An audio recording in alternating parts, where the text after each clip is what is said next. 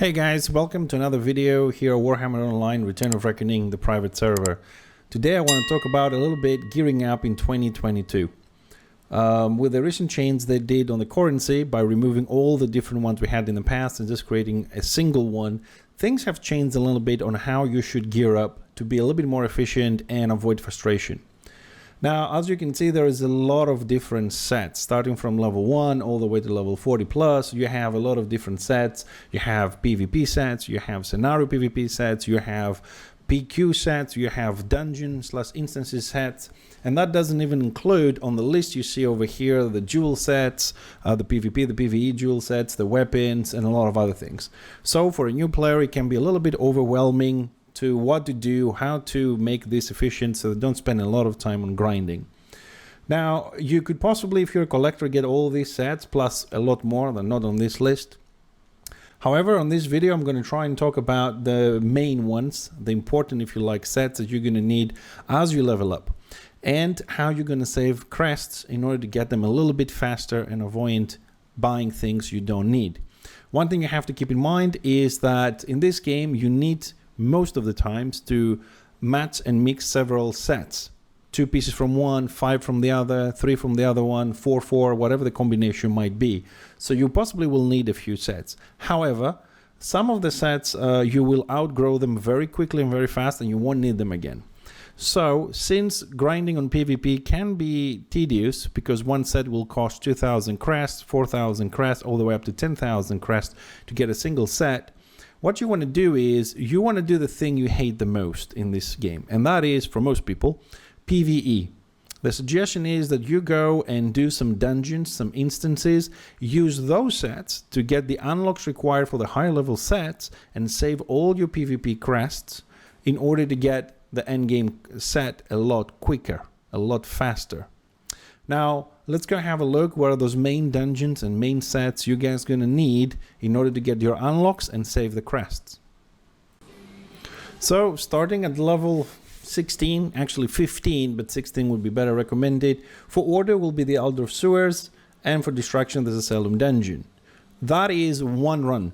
You get the quests from the corresponding spots in the cities, you do one run, you have a nice sweet set, which you can most likely keep until you level 30, 31, where you're going to move to Gambad. Gambad is a common dungeon for both sides. It has 3 wings and it's going to take about an hour and a half, maybe 2 hours to complete. In order to get the full set, you're going to need about 3 runs. So it's not a lot. You pick up the quests inside the dungeon, you complete them. If you're lucky, while doing the bosses, they might drop an item and you might need less runs to do that. Once you're done Gambad, you're going to jump into the main city dungeons. For order, you're going to go down to Sigmar Crypts and Warblade Tunnels. For the destruction side, Billored Barrows and Bloodwood Enclave. There you're going to get one set. They are together, usually they are run together, and you're going to get your next set. And the final dungeon will be Bastion Stairs, which you will get the final set before we jump into the Sovereign, which is the endgame gear. Now, in the middle, on the bottom, we also have the Beastlord set, which is an intermediate set, but it is a set that you can do while you have cooldown on your dungeons or when the PvP is not going very well. It is a set that some people use. It gives a lot of weapon skill, therefore armor penetration, and it's kind of unique to the fact that you can use 3 pieces, a ring, a back, and a pocket item, saving you 1 item to get some bonuses. So it's a good set to have because a lot of classes have different setups, different styles. You want to try something in the future. It's not a bad thing to have. These dungeons are not difficult. The strategies are very easy to pick up. And like I said, most of them now are nerfed. To give you an example on this, Sigmar Crypts used to be 16 runs to get the set. Now it's 4 runs, so it's a lot easier. And the main thing you want here is actually from the Sentinel set you get in this dungeon or the Billored Barrows is the ring. The ring is the most important one you want. So, as you level up, you're going to get your initial PvP set from the Ventors, which is like 20-40 crests, not a big thing. Jump into the Sewers level 16 dungeon, also Selûne, then do Gambad, then go for the city dungeons, Bastion Stairs, and of course somewhere in between the Beastlord set. Now, all this can be combined, and you're going to save yourselves a lot of crests by buying the PvP PvP sets. The only exception here, although Bastion Stairs, as well as Sigmar Crypt or Burrows for the Destro side, will give you some nice weapons. As you level up, you're going to have to spend a very small amount on just getting some of the weapons from the scenarios. Also keep in mind that the scenario sets, rule of thumb is they are the offsets. So if you're a healer, for example, the open RVR, open world PvP is where you want to get your healing set. The scenario will give you your DPS set for most classes. But if you do this path and in between on your cooldowns before the dungeons unlock, you do some scenarios, you do some PvP, you save the crests, and you get those. So let's jump and see a little bit about the weapons and other choices and where you're going to have to spend a little bit more crests while you save up the bulk of them for buying the in-game sets. So as you're going to be doing your PvP and open world, as soon as you lock a map, you win a map or lose a map, you're going to get contribution, and from that contribution eventually you're going to get a bag with a lot of goodies in there. In that situation, you want to save up and gather first of all the Genesis tokens. Do not take the War Crest.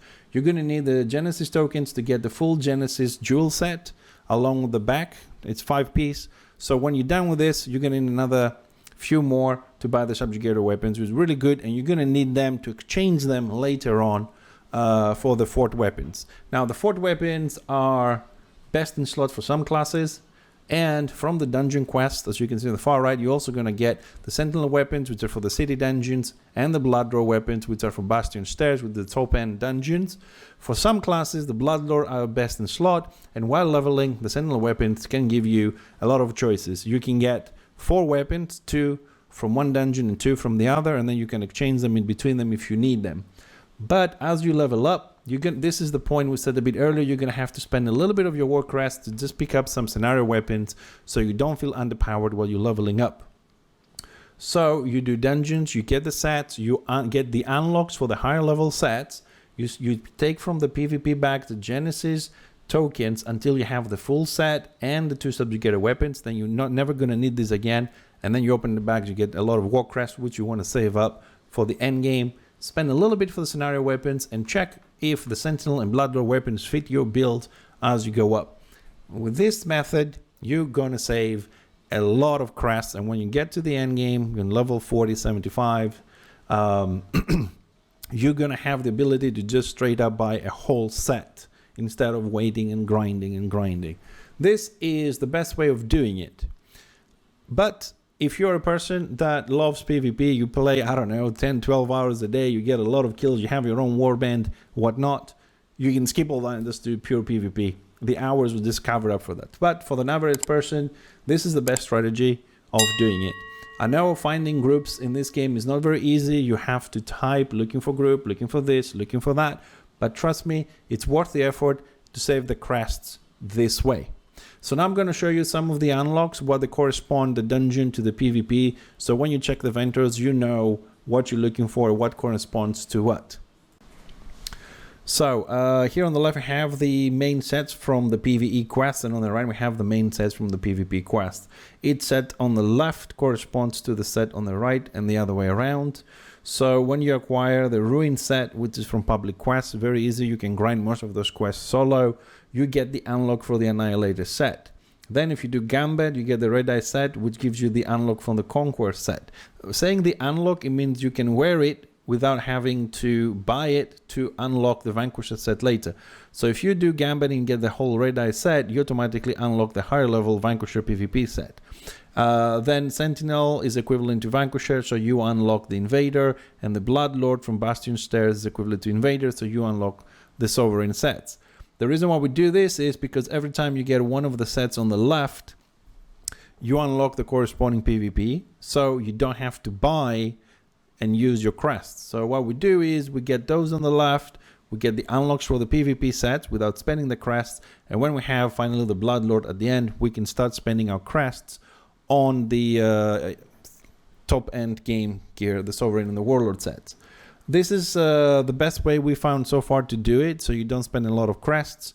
One more thing I'd like to point out is that the game is not alt friendly. Most of you might know this. So pick one class you like, one character you like, and play it to the end. Because if you start splitting your time between 2, 3, 4, or 5 characters, you will not see the crest go up. Even if you do the PvE, you will feel there's no progression. So I would definitely recommend play maximum 2 characters at the time, so you can get the crests and the grind feels normal instead of impossible. A lot of people do this mistake. I hope you guys don't. I definitely hope you guys find this information useful in order to have a much easier and better experience in the game leveling, getting your gear.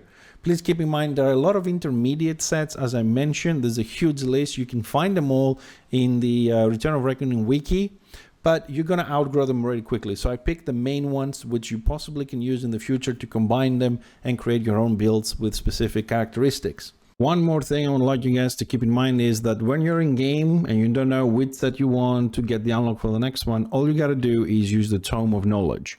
In game, press K to open up your Tome of Knowledge, and here at the bottom you have Armory. You click that, and then you can see here all the tiers: tier 1, tier 2, tier 3, and tier 4, and you can get the wards. So for example, you want to get the wards here, you need to have a Devastator or a Duelist or Mayhem or a Stalker Boots put on your character. Any of these, or if you go a little bit higher, if you're familiar with this, Annihilator, which is the RVR, or the Scenario Mercenary, or Ruin. This is a public quest, and you can just check, depending on your level, what you need.